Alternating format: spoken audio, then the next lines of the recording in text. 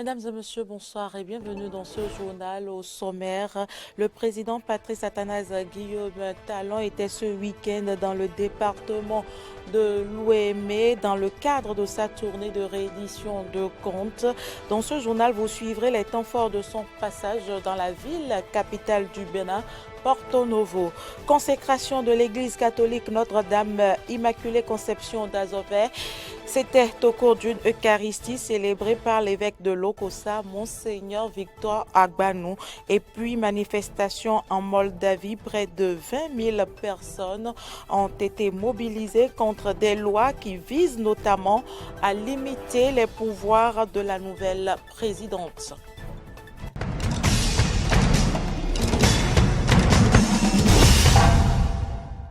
Merci pour l'attention. Je l'annonçais à l'entame de cette édition.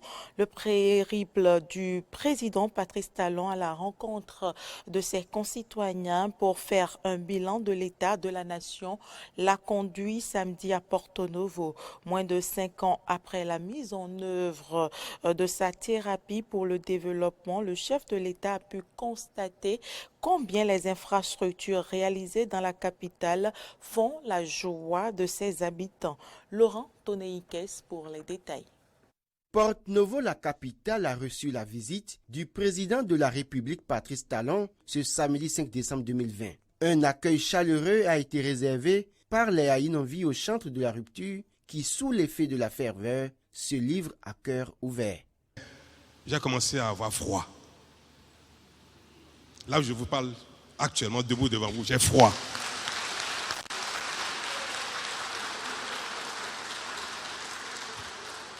J'ai une chair de poule qui ne tombe pas depuis 30-45 minutes.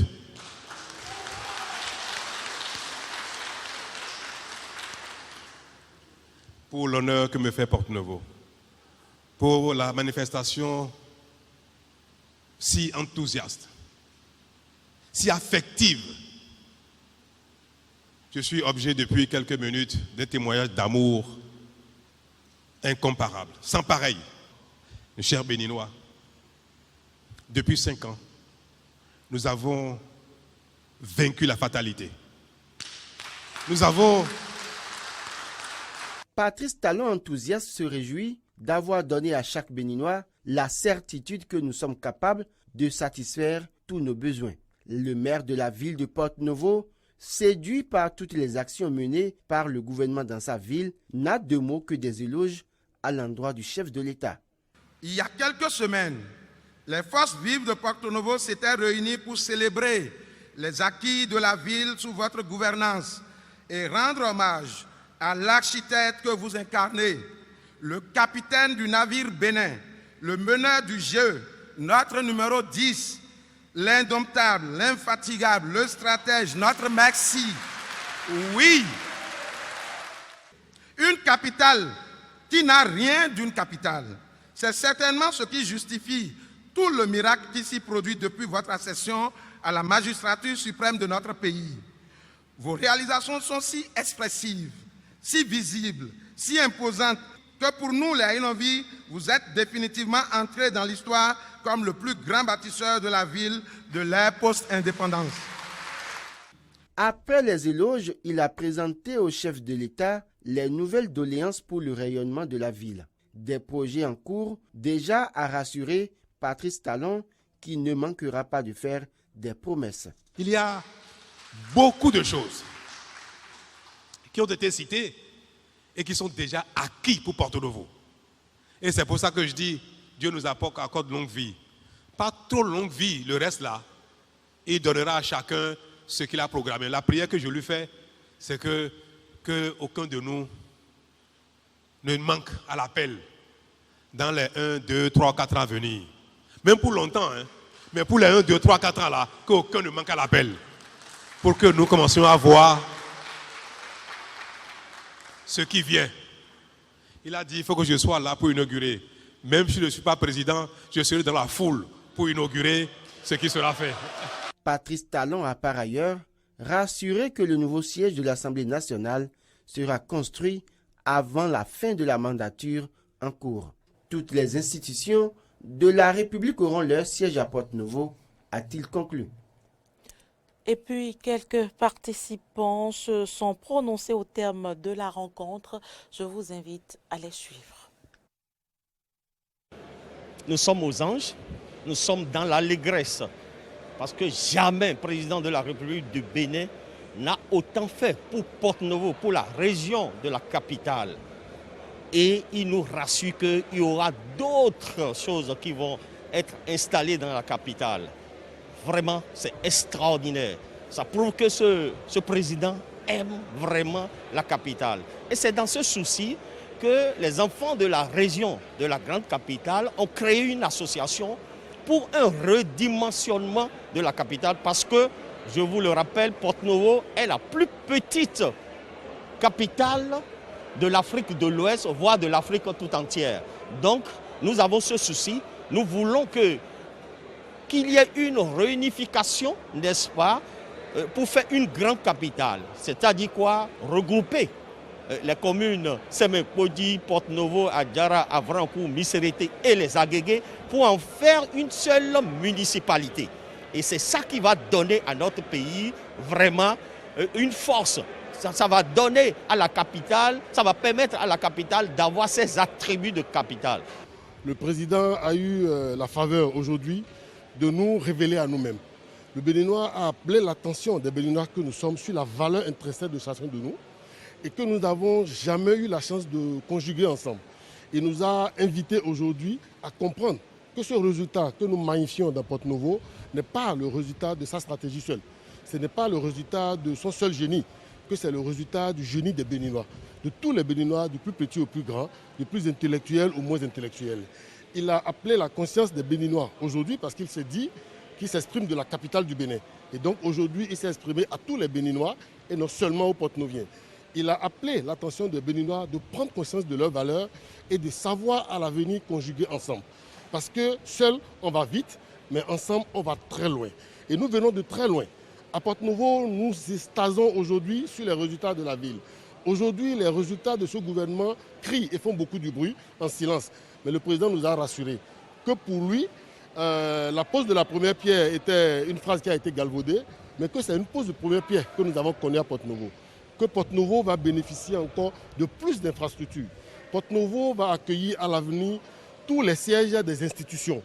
Porto-Novo va bénéficier de tout ce que nous redoutons, le pont, les routes qui ont été déjà planifiées, le financement bouclé, et que c'est juste question de temps que ça va se faire.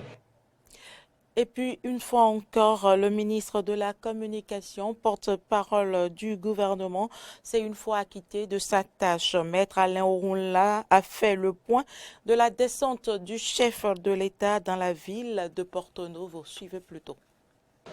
Les recettes que nous devons retenir dans l'étape qui s'est achevée à Porto-Novo, c'est d'abord la synergie dans l'action. Le président de la République est parti d'un exemple banal. De l'eau, il nous en faut. C'est pour la consommation, même si ça rentre dans le développement. Des routes, évidemment, on dit souvent que la route du développement passe par le développement de la route. Le président de la République l'a expliqué. Nous avons parlé d'énergie. L'énergie a été réclamée par les populations comme un bien de consommation. Le président de la République est revenu sur ces paramètres de départ. L'énergie, c'est le fer de lance du développement. Faute d'énergie en quantité et en qualité, le Bénin a dû fermer de nombreuses usines de production. Le palmier à huile, l'huile qui faisait la fierté de notre pays, a disparu parce que toutes les usines qui raffinaient ont disparu parce qu'on ne pouvait pas entreprendre sans énergie. D'où l'intérêt de tout ce qui a été mis en œuvre pour que notre pays redécouvre cette énergie, soit autonome et puisse revendre, ce qui constitue un préalable pour la réindustrialisation de notre pays, pour la multiplication des emplois. Nous sortons de l'improvisation, de la navigation à vue et même d'une organisation embryonnaire pour rentrer dans une prospective lointaine. C'est-à-dire qu'à ce jour, nous savons quelles seront nos ressources, quels seront nos besoins dans 10, 15, 20 ans. Le président de la République a réaffirmé ce qui était déjà en préambule au programme d'action du gouvernement où il a été mis en exergue cette phrase. Pris individuellement, les Béninois sont capables de grandes prouesses. C'est le collectif qui a manqué jusqu'à présent. Et aujourd'hui, le président réaffirme qu'il est fier d'être béninois et il dit que les Béninois sont les meilleurs. Religion, l'église catholique Notre-Dame Immaculée Conception d'Azové a été consacrée par l'évêque de Lokossa, Monseigneur Victor Agbanou. La messe de consécration a connu la présence des cadres, personnalités du Koufo. Voici les temps forts de cette célébration avec Jonas Bouchi. Ce jour que fit le Seigneur est un jour de joie et d'allégresse. Raison de cette allégresse des fidèles catholiques d'Azové, c'est la consécration de leur église Notre-Dame Immaculée Conception, une église évaluée à plus d'1 demi-milliard de francs CFA et qui a fait consentir pendant 12 ans d'énormes sacrifices aux filles et fils de la localité qui n'ont pas voulu se faire compter la cérémonie de sa consécration. Dans son homélie, l'évêque de Lokossa, Monseigneur Victor Agbanou, témoigne sa gratitude à tous ceux qui ont contribué à la construction de ce temple. Félicitons-nous les uns les autres pour cette église qui se veut pont entre le ciel et la terre, canal de grâce et de bénédiction. Ce jour est grand pour au moins 2 raisons. Il est grand parce qu'il inscrit et nous introduit dans la lignée des bâtisseurs et annonciateurs de la bonne nouvelle du salut sur les bords du fleuve Koufo. Cadres et personnalités politico-administratives ont rehaussé l'éclat de cette consécration par leur présence. Parmi eux figurent Bruno Amossou et le préfet du Koufo, Christophe Megbedi, qui disent être très heureux d'avoir été témoins de l'événement. Voir une église aussi magnifique, aussi grandiose, construite à Azové, est quelque chose d'inespéré. Et c'est pour ça que je me suis donné l'obligation d'être là. Et je ne le regrette pas. Nous avons vécu des moments très intenses. C'est une maison pour le rassemblement du peuple de Dieu. Une maison qui est dédiée aussi à la prière afin que nous puissions, nous les fidèles, trouver des solutions à nos problèmes. Je voudrais remercier et féliciter le révérend Père Donato Hermel, qui a fait des efforts inouïs. Remercier aussi notre évêque qui a fait des efforts aussi importants. L'un des bâtisseurs de cette église, c'est le curé de la paroisse, Hermel Tonato. Il se sent soulagé par la consécration de cette église, fruit de 12 années de dur labeur. Certainement des émotions de joie et de soulagement, bien sûr, d'avoir porté à terme cette œuvre de Dieu qui méritait qu'on fasse tous les sacrifices possibles pour le Seigneur. Et j'en rends grâce au Seigneur de nous avoir donné les moyens et la possibilité de magnifier son nom à travers cet édifice qui aujourd'hui vient d'être consacré. Dans son homélie, l'évêque de Lokossa a également salué la mémoire de ceux qui ont contribué à la construction de cette église sans pouvoir être témoins de sa consécration. Actualité en dehors du Bénin, jour de vote ce lundi au Ghana. Plus de 17 millions d'électeurs ont pris part à un double scrutin présidentiel et législatif. 2 candidats sont favoris dans la course à la présidence. Les 2 hommes ont promis déjà respecter le verdict des urnes. Quels sont alors les enjeux de cette élection? Élément de réponse avec Régis Rompé, analyste géopolitique. également les deux. C'est un tour de chauffe pour les deux. Les deux candidats principaux, ils se sont déjà affrontés une première, une deuxième, et là, ça va être une troisième fois. Et le résultat, comme on le dit, sera très, très serré, mais pour l'électorat et pour le peuple ghanéen, c'est quasiment une réédition d'un exercice qu'ils connaissent déjà. Le Ghana, dans le paysage ouest africain et même sur le continent africain, fait modèle. C'est un modèle à la fois démocratique et politique. Donc, il y a deux catégories d'enjeux. Il y a un enjeu qui est comparatif, qui est par rapport à la géopolitique locale. Dans les propos qui sont assez souvent répertoriés, ils souhaitent justement qu'il y ait une lutte contre la corruption et qu'il y ait justement un retour pour une bonne gouvernance économique, parce que c'est un pays qui est gangréné par une corruption économique quand même qui est assez incroyable. Donc il y a quand même ce désir profond des Ghanéens à ce que justement les deniers publics soient mieux gérés. Et puis la Russie a entamé sa campagne de vaccination contre la Covid-19. Son vaccin Sputnik V a été distribué à travers 70 cliniques. Reportage. Nous nous trouvons dans les locaux de la société Biocad à Saint-Pétersbourg. C'est l'un des laboratoires qui a signé un contrat avec le gouvernement pour produire le premier vaccin anti-Covid enregistré en Russie, le Sputnik V. Sa production à grande échelle a déjà commencé. Venez voir. Sputnik V est un vaccin à 2 doses utilisant des adénovirus comme vecteur. Vous en avez peut-être déjà entendu parler.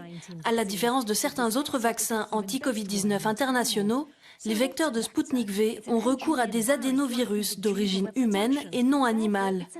Mais qu'est-ce qu'un vecteur au juste? Il s'agit d'un virus modifié, dépourvu de gènes de reproduction et donc incapable d'infecter. Ce qu'il fait, c'est servir de véhicule pour les protéines du Covid. Pendant 3 semaines, un patient va recevoir 2 piqûres différentes pour développer des anticorps et ainsi une résistance à la maladie. Le vaccin utilise 2 doses. C'est un processus assez complexe en termes de production parce qu'il faut produire 2 vaccins et non pas un seul. Dans la pièce derrière moi, le vaccin est mis en bouteille. Ici, il est emballé. Cette ligne particulière est capable de produire 6000 bouteilles par heure, soit 30 000 doses. Chaque bouteille contient 5 doses destinées à autant de personnes à vacciner. Chaque bouteille contient 5 doses destinées à autant de personnes à vacciner. Avant de se faire vacciner, chaque patient est examiné pour s'assurer qu'il est en bonne santé. Il faut ensuite 15 minutes pour décongeler le vaccin.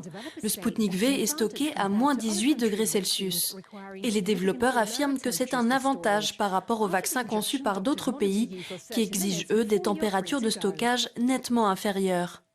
Après injection, les médecins vous gardent sous surveillance pendant 30 minutes avant de vous laisser repartir. Je travaille dans l'éducation et je suis en contact direct avec les enfants. J'enseigne la chorégraphie. Par conséquent, je ne peux pas garder mes distances avec les enfants comme c'est le cas pour d'autres enseignants.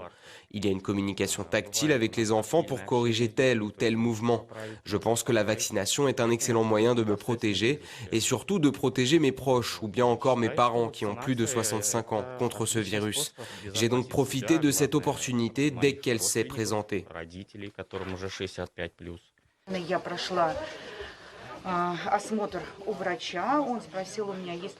J'ai été examinée par un médecin. Il m'a demandé si j'avais des maladies chroniques, des douleurs. Il a mesuré ma pression artérielle, consulté mon dossier médical électronique. Puisqu'il n'y avait aucune contre-indication, j'ai été autorisée à me soumettre à la procédure. Tout s'est déroulé très rapidement.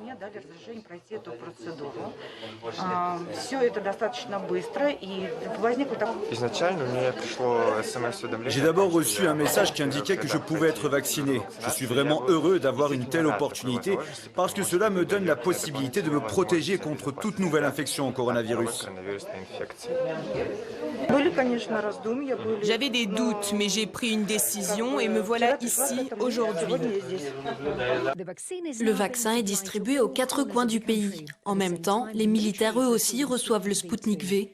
En Russie, la vaccination contre le Covid-19 est volontaire et gratuite. Et bien que certaines personnes soient encore sceptiques sur la sécurité et l'efficacité du vaccin, la plupart s'accordent à dire que seule la vaccination à grande échelle permettra de mettre fin à la pandémie. En Moldavie, près de 20 000 personnes ont été mobilisées contre des lois qui visent notamment à limiter les pouvoirs de la nouvelle présidente Maia Sandu. Ils étaient des milliers réunis près du Parlement à l'appel de Maia Sandu, élue à la tête du pays le 15 novembre dernier. Ce dimanche, Chisinau, capitale de la Moldavie, a de nouveau été le théâtre d'une mobilisation contre la majorité actuelle. Les manifestants réclament la démission du gouvernement et la dissolution du Parlement. Dans le viseur des partisans de Maia Sandu, des nouvelles lois réduisant les pouvoirs présidentiels.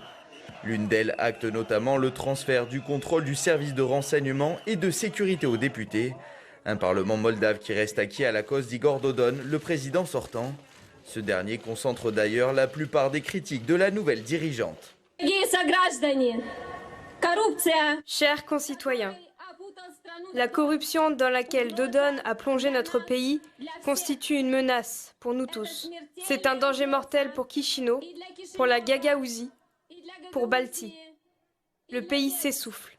Le pays ne peut pas se développer en ayant des autorités de ce type. À l'appel de la présidente élue, des personnes avaient déjà manifesté cette semaine contre ce projet de loi controversé. Un texte proposé par le Parti socialiste qui soutient Igor Dodon. Face à ces premières protestations, le président sortant avait appelé au calme. J'appelle la présidente élue Maia Sandu à ne pas faire descendre les gens dans la rue, à ne pas les exposer à des risques en pleine pandémie et à tout faire pour maintenir le calme dans la société. Il n'y a aucune logique à organiser des manifestations maintenant et ces actions ne mèneront à rien de bon. Nous n'avons absolument pas besoin de déstabilisation et de chaos. Maia Sandu, favorable à un rapprochement avec l'Union européenne, a été élue avec 57% des suffrages mi-novembre face à Igor Dodon. Ex-ministre, elle a fait campagne sur la lutte contre la corruption dans ce pays de 3,5 millions d'habitants, l'un des plus pauvres du vieux continent. La première femme présidente de Moldavie doit être officiellement investie le 23 décembre prochain. Ce sera tout pour cette édition. Merci de l'avoir suivi. À demain.